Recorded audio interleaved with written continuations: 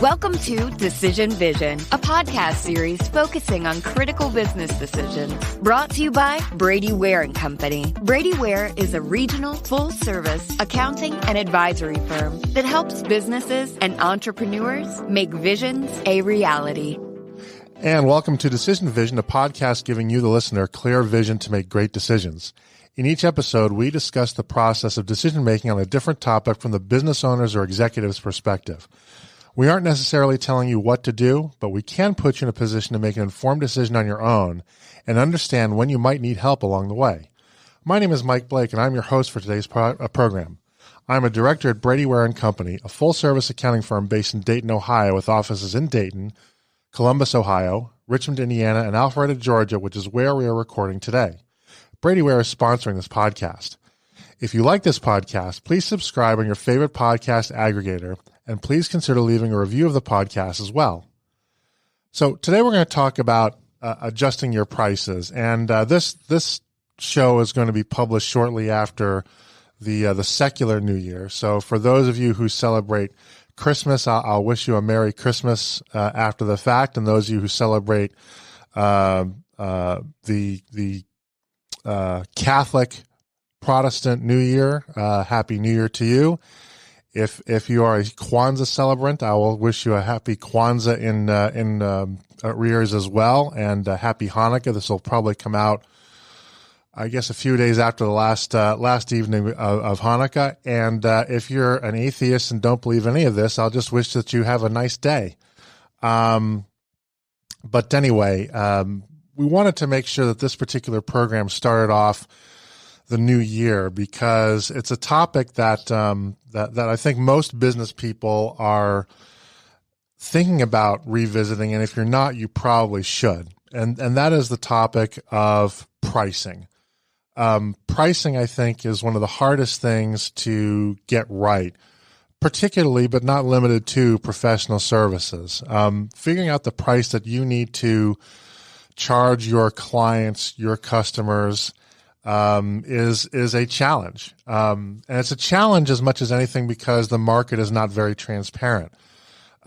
We don't know what our competitors, at least in professional services, we don't know exactly what they are charging except on rare occasions. And even if you do, you're not exactly sure necessarily how to equate the value propositions. You may or may not be sure how your client equates those value propositions.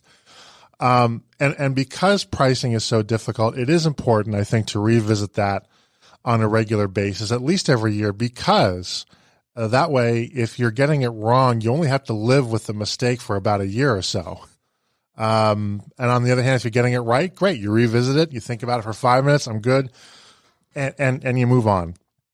And pricing has, some interesting psychology to it as well, because we are making a statement to the market that we believe our product and service is worth X. And when somebody decides not to buy, whether it is a product or a service, they are telling us that they don't agree that it's worth X. And that requires some mental toughness in order to kind of sustain yourself through that. So it's an important topic, and we're going to get into it today. I was thinking about relaying an anecdote, actually, of a pricing challenge and event that I just had. But I'm going to wait until we do the interview because I think it'll flow better. So let's jump into it. Joining us today is John Ray, who is the owner of Ray Business Advisors. John helps small to mid-sized companies, including law firms and CPA firms, achieve their profit and growth goals, and God knows we need help. John's clients come to him to reduce the stress and anxiety which often comes with day-to-day management of a business.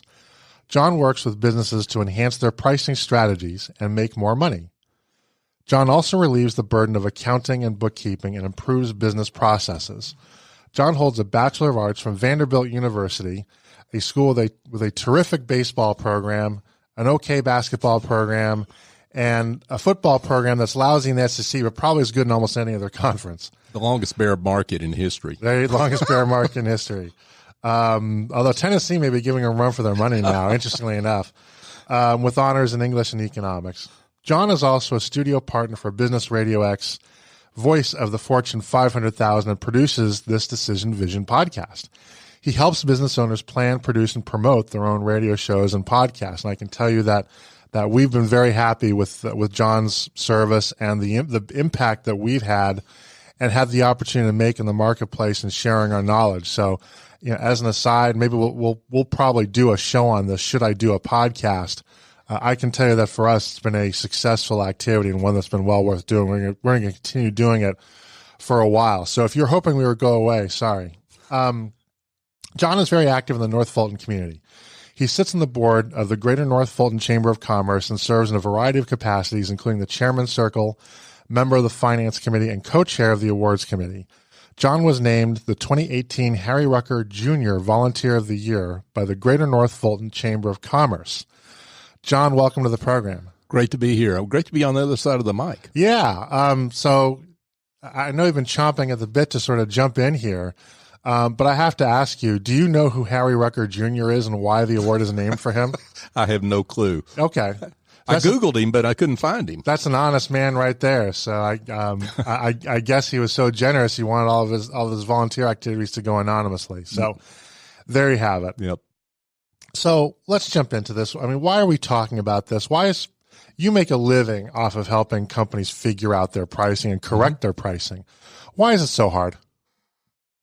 Well, first of all, it's hard. I think a couple of things. Well, first of all, I don't know that folks get much training, if any, in pricing.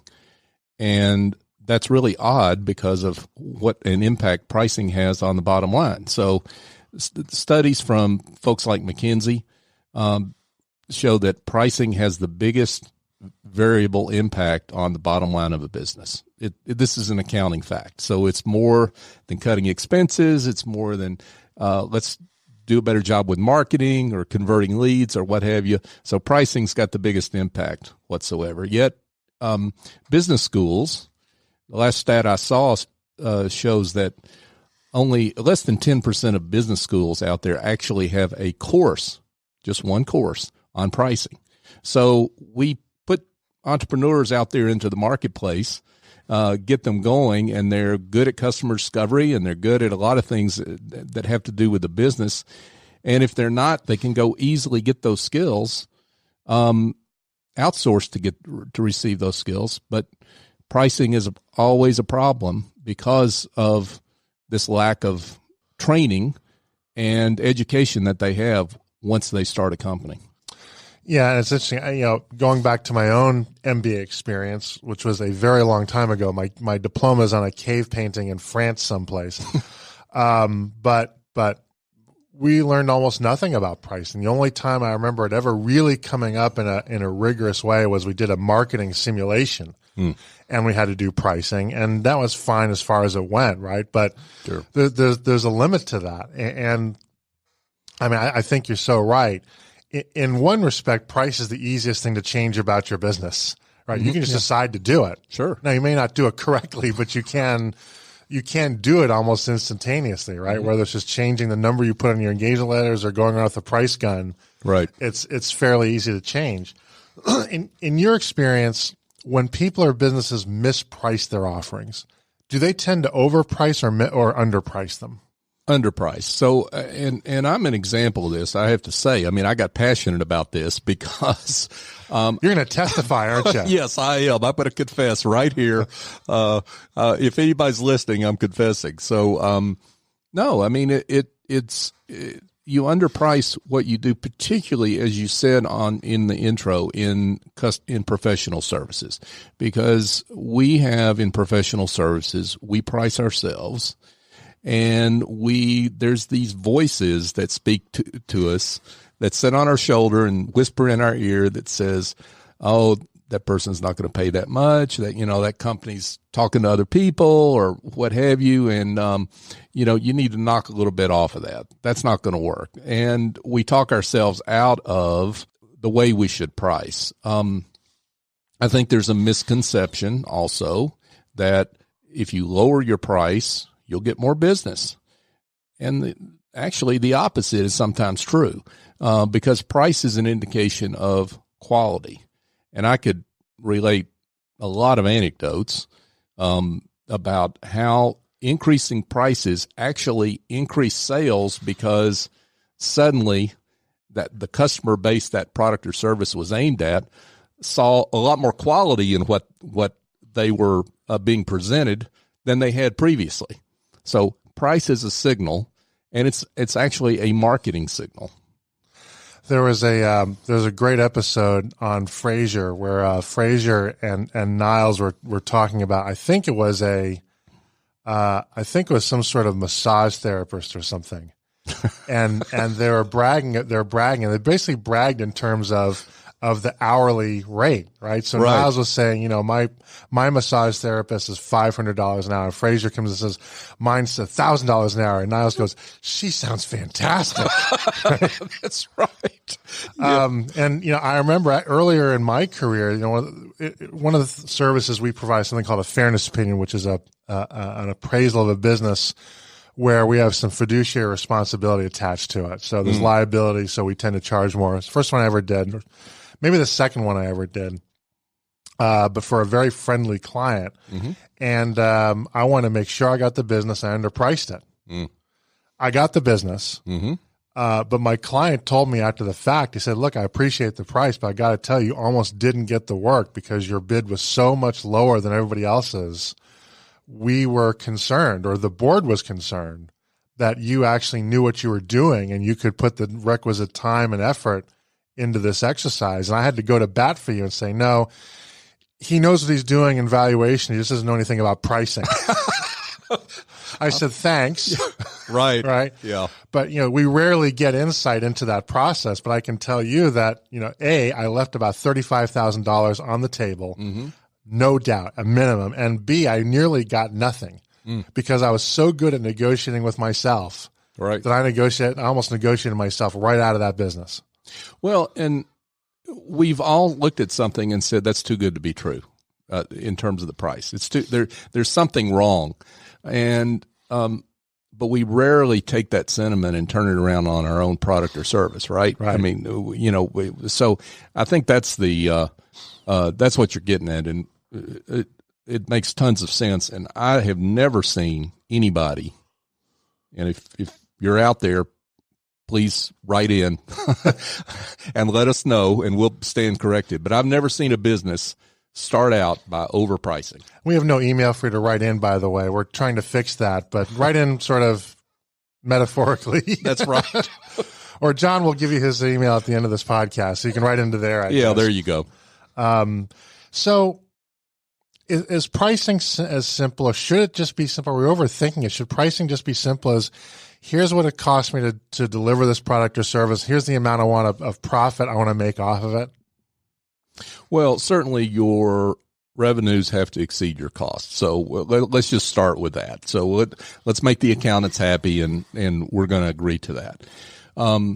What I find is, particularly in professional services, is that when a professional services provider focuses on pricing relative to the value that they deliver, then and just getting a piece of the value they deliver, and that's their equation, then they make a lot more money, and they really don't have to worry about their cost because they deliver so much value generally.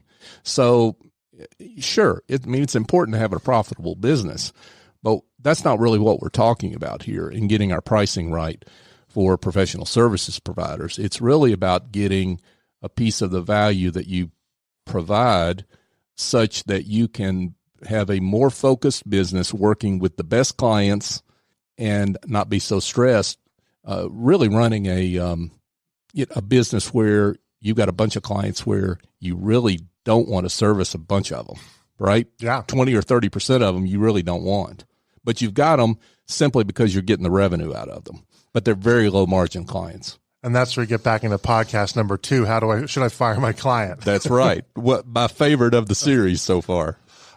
So can different clients have different prices for roughly the same product or deliverable? And is that okay? Absolutely. So different clients have different values. So, and it's okay to price based on those values, and it's okay to offer options that clients can select, the options based on service levels, speed of delivery of the service, etc. In fact, I highly, highly recommend, in fact, demand of my clients that they offer options, because that really helps ferret out what you're getting at. So I think the biggest mistake a lot of folks make is, here's my price. It's kind of a fill or kill adversarial situation, right? Either you accept or you don't. That's the way the client looks at it, right? I think what folks need to understand is that clients love options. They like to select. They like to see what your panoply of services are and come out with what they want. And, I think perhaps the best example, and I do this more and more, I offer choices as well, because I find that it enables clients to then choose what they want to do, right? And when you empower clients, you make the relationship less adversarial. But that rule of three has been embraced for a long time by who I think is the king of price in the airline industry. Yes. Right. I don't think there's an industry anywhere that is more sophisticated about pricing than the airline industry. Right. And what do they offer on most of their flights? Business class, first class, coach, economy / surf class. Right. Or steerage. And, they let you choose, right? If you want to have the first class experience and the glass of champagne before the flight even leaves the gate, you pay that. And, if you don't mind taking an elbow to the back of your head every once in a while on a 5-hour flight to the West Coast, you can do that too, right? The funny thing is, in my experience, and I'm just going to say this sort of on the down low, because nobody's listening except for the two of us, right? That's right. Most often, the most profitable service I offer is the lowest priced one. And that means you've got it correctly priced, right? It's important to understand that different clients have different values and will value things differently across the spectrum. So here's an example outside of professional services, coffee. So I'm a cheapskate on coffee. I mean, I'm going to wait. I may buy the $1 cup at Racetrack. I'd prefer to wait till I get wherever I am and hope they'll give me a cup of coffee for free, right? Then there's my daughter at college who's racking up $5 charges at Starbucks, seemingly every half hour on the half hour, right? And then the most expensive cup of coffee sold in the United States the last time I looked was $75 a cup, and it comes from some exclusive, the air quotes, exclusive farm in Panama, where they get one crop a year, and they have a big party and a tasting at this coffee place in California that serves this coffee, and they sell out. So I think that's crazy. But there's some people that look at coffee as fine wine. So, right? And that's cool. That's their value system. They may have other things that they look at and they're cheapskates about. But we all have a panoply of values that we ascribe to a lot of different products and services. And so as professional services providers offering our services, we have to recognize that and price accordingly. So you read every once in a while an article pops up. It's probably clickbait, but I'll probably take that clickbait, which is on why hourly pricing is the wrong price for professional services. Do you agree with that, and why? Absolutely. So hourly pricing is, well, it's wrong on a number of levels. One is that it's not really the end price. It's not what a client pays. Clients are interested in what they're going to end up paying. So when you deliver an engagement letter and it says, we're going to charge you, the partner time is $250 or $300 an hour and the associate time is $125 an hour, whatever, fill in the blanks. That's not a price. That's just half the equation. It doesn't tell me how many hours each of them are going to put into that. It doesn't tell me what happens when the project blows up and it takes longer than what we thought it was going to take, which is almost inevitable because things never go the way they're supposed to go, right? So it's wrong from that point of view. It is a relic of the industrial age when industrial companies were trying to get their professional services providers to deliver pricing that they could equate with their inputs, basically. I mean, I could go into the whole history of it, but the point of it all is that it's from another age and another time. And what clients are really paying for is not how much time you spend on a project. They're paying for the gray matter between your ears and your experience and all the things that you've seen with other clients. That's what they're paying for. And they could give you, I mean, I had this experience with one of your colleagues where I brought a client in, and this was just an exploratory meeting on whether this client ought to sign up to be a Brady Ware client, right? And in 15 minutes, they gave tremendous help and advice that I think pushed that engagement over in terms of getting that client to sign up. But the point is if that were a paying client at that time, and that client had been paying by the hour, then the value to price ratio would be ridiculous. That client would have gotten much, much, much more value relative to the price they paid than they should have if you're billing in 15-minute increments. Yeah, and you know, one of the fallacies then also is that you're punished for being more efficient, which Right. is not the way economics are supposed to work. And you know, to use the accounting example, you know, I don't think any of our clients are paying for our time, or they should not be. Right. Right? They are paying for, on our tax side, they're paying for one of two things. One, I'm bulletproof against an IRS audit, right? Or two, I am exercising my civil obligation to minimize what I pay to Uncle Sam as much as I possibly can. Sure. Right? When you're Sure. a tax client, the clients want one of those two things, right? They either are terrified of Uncle Sam, they want nothing to do with him, or they want to go into combat with Uncle Sam. Right. Right. And man, if you're a client that likes to go into combat with Uncle Sam, please call us because boy, we make a lot of money there. So, Sure. And you know, whether that takes 1 hour or 15 hours, it's the outcome you're buying, Right. right? Not the inputs. Not I mean, the who, input. who cares? And also it has to sort of go both ways, right? Yes. You're not going to, the client's not going to let you suddenly charge more if something that was supposed to take you 10 hours takes you 100. Right. Clients go, well, that's not my problem that you couldn't get your act together. Right. Exactly. So by definition, you know, for the most part, some industries are not like this. But many industries, that hourly notion is a one-way street. Yeah. And, you know, I think technology is such, artificial intelligence is such that I saw one study that said, this study said was in 5 years, 99% of all bookkeeper jobs would be eliminated. That I think it was the same percentage for tax preparer jobs. Well, I don't know that that's true, but directionally, it's probably correct because of technology. Absolutely. We Right. don't need we don't have people cranking out tax returns by hand and Right. with slide rules and so forth. Yeah. And so as technology and particularly artificial intelligence links between institutions get more robust, I could foresee a time when tax returns are real time. You can see your tax return in real time as the year goes on, right? Yep. And so the value of a tax preparer, let's say, comes from the advice they give around that return, not for the preparation of the return.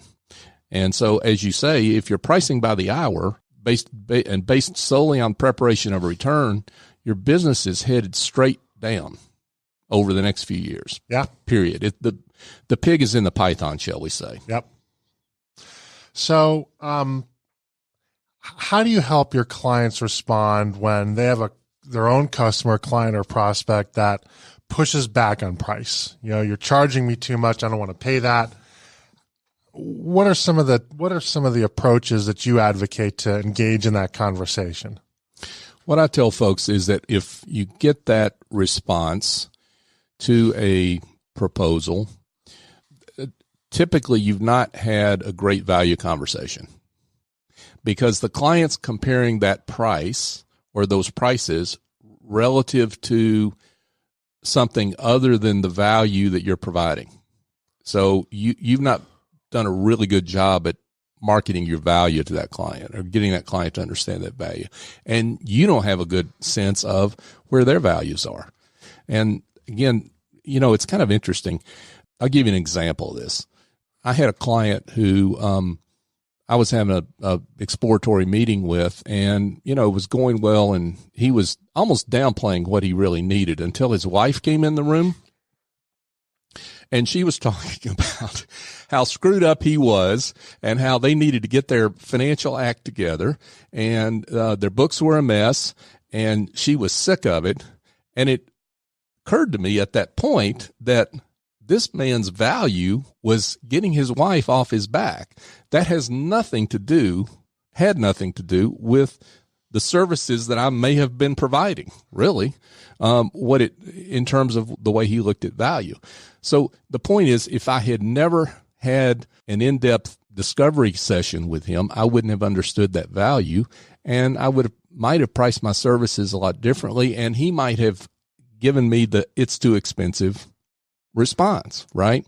So that's, I think it's really important to understand client value. And then the other thing I tell folks is, when a client says it's too expensive, I say, too expensive relative to what? Relative to doing nothing? I mean, what's the cost of doing nothing for this problem that we're sitting here talking about? Is it too expensive relative to you doing it yourself? See, when you ask those kind of questions back, then you get to the root of where the value really is in that client's head. So, a lot of it sounds like is doing your homework up front. And then if you get that pushback, it means you have more homework that you have to do. Absolutely. And that makes sense to me. And in some cases, well, in every case, this goes back to the right client provider match, right? And in some cases, it's also about letting clients sort of select themselves out. Right. I know you and I actually have a slightly different viewpoint on this. I'm going to raise it because I think it'll provoke an interesting sidebar here. When a client calls me and they say, "Hey, I've got this valuation project.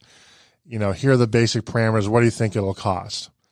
I will tell them, because I want them to then self-select, right? Sure. In my view, if they have a heart attack over that price, right, then there's no amount of value exploring I can do that's likely going to bridge that gap, right? And it just saves both of our time. I know you take a different view on that. So why don't you explain your view, how you respond to that discussion? I do take a different view on that. And here's the issue.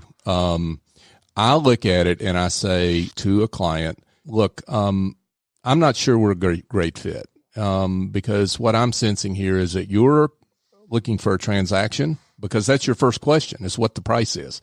And I'm interested in relationships. I mean, the way my practice is based. So we're probably not a good fit. Let me recommend some folks that might be better fits for you. That you ought to have a conversation with. And usually what happens is, first of all, people are taken aback. Sometimes they're insulted. And I tell them, I don't mean to insult them. It's just, we have different ways of looking at a potential engagement.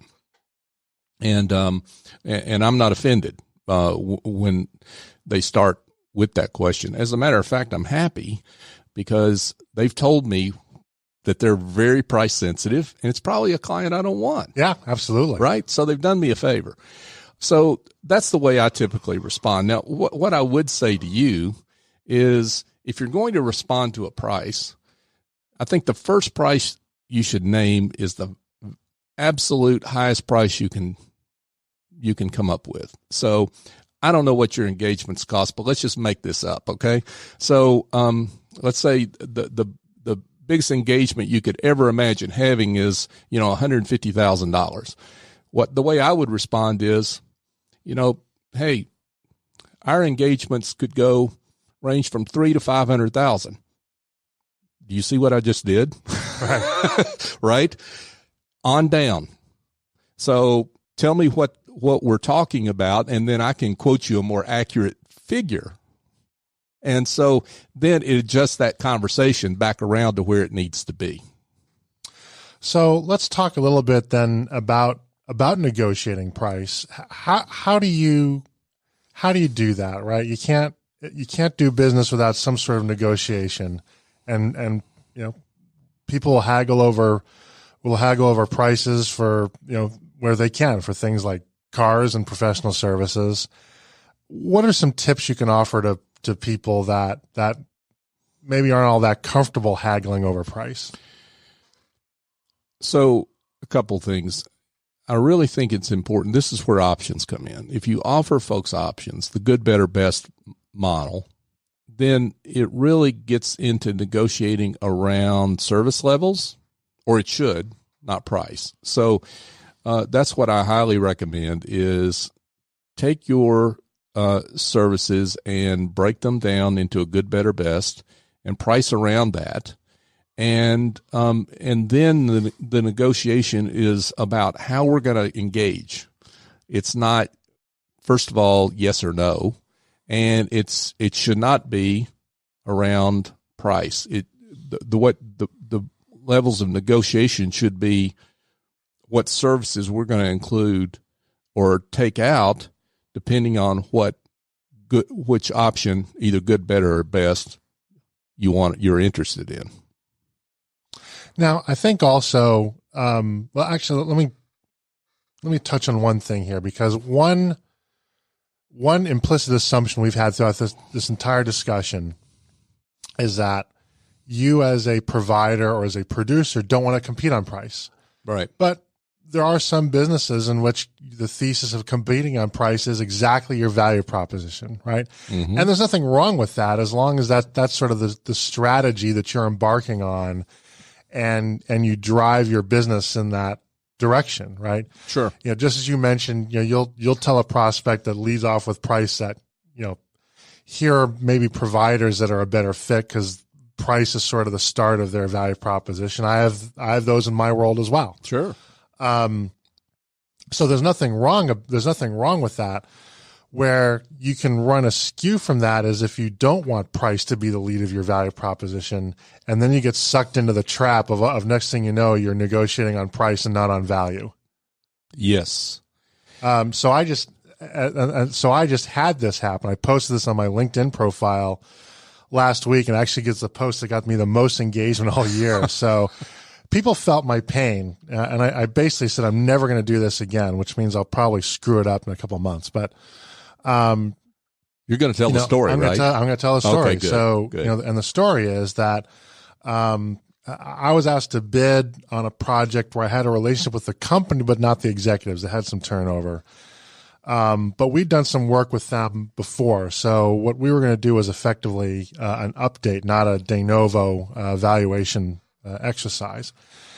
And, they submitted competitive bids, which is fine, again, because I didn't have a relationship with the people, just the company. So it's weird. There was institutional relationship, but not personal relationship. So, and they came back to me and they said, look, love to work with you, but, this other provider came in a little bit lower. Will you match that? If you'll match that, we'll work with you. Mm-hmm. And I wrestled with that. I slept on it overnight. I'm telling myself, don't do it. Don't do it. Don't do it. I'm like, oh, but the work's going to be fairly easy to do. And I hate to lose a client, right? Sure. Different from a new client, because losing a client is more painful than not getting one you could have. I think for me, psychologically, that was part of it. Right. The word is ego. And, against my better judgment, I said, you know what? Yeah, I'll do that. But I did one thing right, which is I made them give me back something for the price. I didn't just match it, because mm-hmm. I think when somebody says, can you do better, and you just match it and don't give up anything, you're telegraphing to the world that you are trying to rip them off, basically. Yeah, right? I couldn't agree more. Right. Yeah. But if I can get something back from them, right, then it's a more empowered discussion. I said, as long as we can do something where I get paid more if the work gets more complicated and you'll agree to a multi-year contract with us, and I'll go ahead and do it. And I 2 days later, they came back to me by email and said, another provider came in, they matched your price, and they're not going to make us, they're not going to charge more, even if the work gets more complex. And I thought for a second, I was a little upset because I did what they said and they didn't. But after I took a deep breath, I wrote them an email. I says, I think you found the right match for you. Mm-hmm. All the best. Right. And, as I thought about that, it occurred to me that they did me an enormous favor. Yes. Because that was not going to be the last time that happened between me and them. Right. And they were going to find some small thing, a spelling error inside of a footnote someplace that to them was going to constitute a material error and find a way to break the contract anyway. Right. And what they also told me is that their time was not valuable because the fact we'd done work with them before, they weren't going to have to tell us about how their business worked, and we had models built, and they're going to have to do that with a new provider. And it is frightening to work with a client whose time is not valuable to them. Oh, yeah. Oh, because they're going to think my time is not valuable. Oh, exactly. So I posted on my LinkedIn that I didn't get burned. I got singed because I dropped a few more hours into the proposal process than I should have. Mm-hmm. But it was actually a good ending in that I didn't get the work, and one of my competitors did. Well, and you that time you put into it was tuition. That's right. That's right? exactly right. That will help you next time. That's exactly right. But what happened there is if you hadn't had that conversation, right? If you hadn't had that back and forth, then that client would not have revealed themselves. And it's really important to get clients to reveal themselves to you, right? So that you understand what you're dealing with. And if you're okay having a business where you're dealing with misers, because that's what I call those folks. And by the way, just as an aside, statistically, for goods and services, the studies show there's about 25 to 30% of buyers are misers that they don't want to pay. And so it's really important to understand them. So because you had that interaction with them, because you had that back and forth, you got a real good picture on a client you really didn't want at the end of the day. And all you really had to do was deal with your own psychology of saying, hey, it's okay to let that one go. I'm better off. Yep, that's exactly right. And I made it public for two reasons. Number one, because I thought it was instructive. And number two, I was inviting mockery and the trolls of the internet so that I would be emotionally battered and bruised so much that I would never, ever do it again. So the bad memory of that would keep you from doing that ever again. It was intentional PTSD. I love it. Because I think in that case it serves a process. So, and you got all this love from people that have this problem, right? See, that's what's so revealing. That's right. Yeah. I mean, that's what's so revealing to me about that story. One of the things about that story is people come back and say, hey, I've got that same problem. Yeah, that's right. And you and I are both business advisors, and one of the things I think a good business advisor does is understand that they make mistakes too. Yes, and that they don't know everything. Right. Because really, who wants to be around a know-it-all all the time? Right. Particularly when you know they don't know it all. Yeah, right? Yeah, that's right. It's one thing if you can back it up. Yeah. John, we're running out of time here, but thanks so much for coming on, especially we're recording this Christmas Eve here. John, how can people reach out to you if they want to learn more about pricing and get some advice on pricing in the new year? Yourpriceistoolow.com. How about that? I love that. I just put it out there. Okay. No, and if you want to go the old-fashioned way, raybusinessadvisors.com will get you to the same place. Or you can call me, 404-287-2627. Or I put that challenge out there about folks that feel like they've priced adequately from the very beginning. So if you want to email me and let me know about you, we'll get you on, do a podcast with you maybe. Absolutely. Maybe we'll read your story online as you gloat to the rest of the internet. But jray@raybusinessadvisors.com.